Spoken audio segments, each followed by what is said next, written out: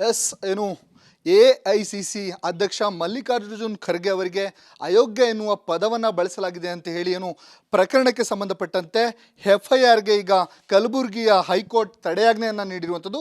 ಈ ವಿಚಾರವಾಗಿ ಮಾತಾಡಲಿಕ್ಕೆ ನಮ್ಮ ಜೊತೆಗೆ ಪ್ರಖರ ವಾಗ್ಮಿಗಳಾಗಿರುವಂಥ ಚಕ್ರವರ್ತಿ ಸೂಲಿಬೆಲೆ ಅವರು ನಮ್ಮ ಜೊತೆ ಇದ್ದಾರೆ. ಅವ್ರನ್ನ ಮಾತಾಡಿಸ್ತೇನೆ. ಸರ್, ಏನು ಪ್ರಕರಣ ಅಂತ ಇದು? ಸರ್, ನಾನು ಸಿರ್ವಾರದಲ್ಲಿ ನರೇಂದ್ರ ಮೋದಿ ಅವರು ಕುರಿತಂತೆ ಒಂದು ಕಾರ್ಯಕ್ರಮಕ್ಕೆ ಹೋಗಿದ್ದೆ, ರಾಯಚೂರಿನ ಸಿರ್ವಾರದಲ್ಲಿ. ಈ ಕಾರ್ಯಕ್ರಮದಲ್ಲಿ ಮಲ್ಲಿಕಾರ್ಜುನ್ ಖರ್ಗೆ ಅವರದ್ದು ಒಂದು ಭಯಂಕರವಾದ ಒಂದು ಭ್ರಷ್ಟಾಚಾರ ಇದೆ. ಅದು ಒಂದು ESI ಹಾಸ್ಪಿಟಲ್ನ ಕಟ್ಟಿದ್ದಾರೆ. ಆ ಹಾಸ್ಪಿಟಲ್ನ ನೀವು ಮೇಲ್ಗಡೆಯಿಂದ ನೋಡಿದ್ರೆ ಖರ್ಗೆ ಅಂತ ಕಾಣುತ್ತೆ, ಬರೆದಿರೋ ಥರ ಕಾಣುತ್ತೆ. ಅಂದರೆ ಇಡೀ ಕಟ್ಟಡವನ್ನೇ ತಮ್ಮ ಹೆಸರಲ್ಲಿ ಉಳಿಸ್ಕೊಳ್ಳುವಂಥ ಪ್ರಯತ್ನ ಮಾಡಿದ್ದು. ಅದು ಇಡೀ ಜಗತ್ತಿಗೆ ಗೊತ್ತಿರುವಂಥದ್ದು. ಒನ್ ಇಂಡಿಯಾ ಅನ್ನೋಂಥ ಒಂದು ಪತ್ರಿಕೆ ಅವತ್ತು ರಿಪೋರ್ಟ್ ಕೂಡ ಮಾಡಿತ್ತು, ಖರ್ಗೆ ಹಾಸ್ಪಿಟ್ಲ್ ಉದ್ಘಾಟನೆ ಅಂತಂದರೆ ಆ ಮಟ್ಟಿಗೆ.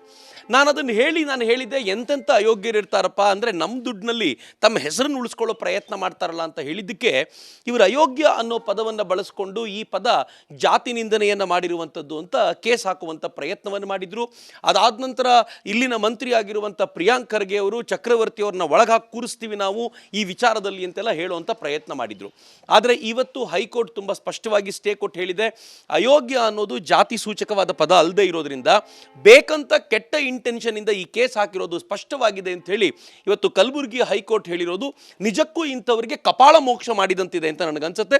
ಇಷ್ಟು ಪ್ರಕರಣ ನಡೆದಿತ್ತು. ಸರ್, ಇದು ರಾಜಕೀಯ ಷಡ್ಯಂತ್ರ ಅಂತ ಏನಾರು ಅನ್ಸುತ್ತಾ ಸರ್? ಪ್ರಿಯಾಂಕ್ ಖರ್ಗೆ ಅವರು ಯಾವುದನ್ನು ಸಹಜವಾಗಿ ಮಾಡಿದ್ದಾರೆ, ಅವರಿಗೆ ಸರಿಯಾಗಿ ಹೇಳಬೇಕು ಅಂತಂದರೆ ಈ ನಾಡಿನ ಮಂತ್ರಿ ಆಗುವಂಥ ಯೋಗ್ಯತೆಗೂ ಅವರು ಅನರ್ಹರು ಅಂತ ನನಗನ್ಸುತ್ತೆ. ಯಾಕೆಂದರೆ ಒಬ್ಬ ಸಾಮಾನ್ಯ ವ್ಯಕ್ತಿಯ, ನಾನು BJPಯ ಕಾರ್ಯಕರ್ತ ಅಲ್ಲ, ನನಗೆ BJPಯ ಮೆಂಬರ್ಶಿಪ್ ಇಲ್ಲ, ಒಬ್ಬ ಸಾಮಾನ್ಯ ವ್ಯಕ್ತಿಯನ್ನು ನೀವು ನರೇಂದ್ರ ಮೋದಿಯವರ ಕುರಿತಂತೆ ಅವರು ಪ್ರಚಾರ ಮಾಡೋದನ್ನು ತಡೆಯೋದಕ್ಕೆ ನೀವೊಂದು ಸುಳ್ಳು ಕೇಸಿನ ಆಧಾರವನ್ನು ಪಡ್ಕೊಳ್ಬೇಕಾಗಿ ಬರುತ್ತೆ ಅಂತಂದರೆ ಅವರು ತಮ್ಮ ಅರ್ಹತೆಯನ್ನು, ಯೋಗ್ಯತೆಯನ್ನು ಕಳ್ಕೊಂಡಿದ್ದಾರೆ ಅಂತ ಅನಿಸುತ್ತೆ ನನಗೆ. ಅದರಲ್ಲಿ ಯಾವ ಅನುಮಾನವೂ ಇಲ್ಲ. ಇದು ಮೊದಲನೇ ವಿಚಾರ.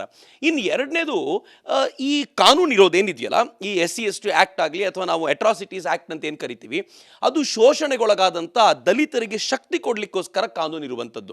ಅನೇಕ ದಲಿತರನ್ನು ಈ ರೀತಿ ಕೆಟ್ಟದ್ದಾಗಿ ಅವರ ಜಾತಿ ನಿಂದನೆಯ ಪದಗಳನ್ನು ಬಳಸಿದಾಗ ಅವರು ನೇರವಾಗಿ ಸ್ಟೇಷನ್ಗೆ ಹೋಗಲಿಕ್ಕೆ, ಕೋರ್ಟ್ಗೆ ಹೋಗಲಿಕ್ಕೆ ಎಂಪವರ್ ಮಾಡಿರುವಂಥ ಕಾನೂನು. ಆ ಕಾನೂನನ್ನು 6-7 ಬಾರಿ ಸಂಸದರಾಗಿರುವಂಥ, ಕರ್ನಾಟಕದಲ್ಲಿ ಮಂತ್ರಿ ಆಗಿರುವಂಥ ಒಂದು ಕುಟುಂಬ ಅದರ ಅಡಿಯಲ್ಲಿ ಹೋಗಿ ಮುಚ್ಚಿಟ್ಕೊಂಡು ನನ್ನಂಥ ಸಾಮಾನ್ಯ ಕಾರ್ಯಕರ್ತರನ್ನ ಹಳಿಯಕ್ಕೆ ಬಳಸತ್ತೆ ಅಂತಂದರೆ ಇದು ಬಹಳ ದುರಂತಕಾರಿ.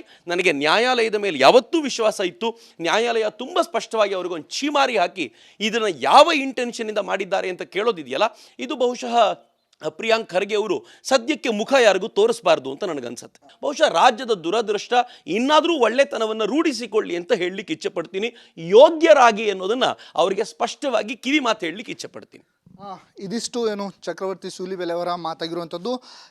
ಅಭಿವೃದ್ಧಿ ವಿಚಾರದಲ್ಲಿ ತಾವು ತಲೆ ಕೆಡಿಸ್ಕೊಳ್ಳಿ, ಹಾಗೆ ಅಭಿವೃದ್ಧಿಗಳನ್ನು ಮಾಡಿ, ಹಾಗಾಗಿ ನೀವು ಮೊದಲು ಯೋಗ್ಯರಾಗಿ ಅನ್ನುವಂಥ ಮಾತನ್ನು ಹೇಳಿರುವಂಥದ್ದು. ಕ್ಯಾಮ್ರಾ ಪರ್ಸನ್ ಚಿರಾಗ್ ಜೊತೆ ಭೀಮಾ ನಾಯ್ಕ, ರಿಪಬ್ಲಿಕ್ ಕನ್ನಡ, ಶಿವಮೊಗ್ಗ.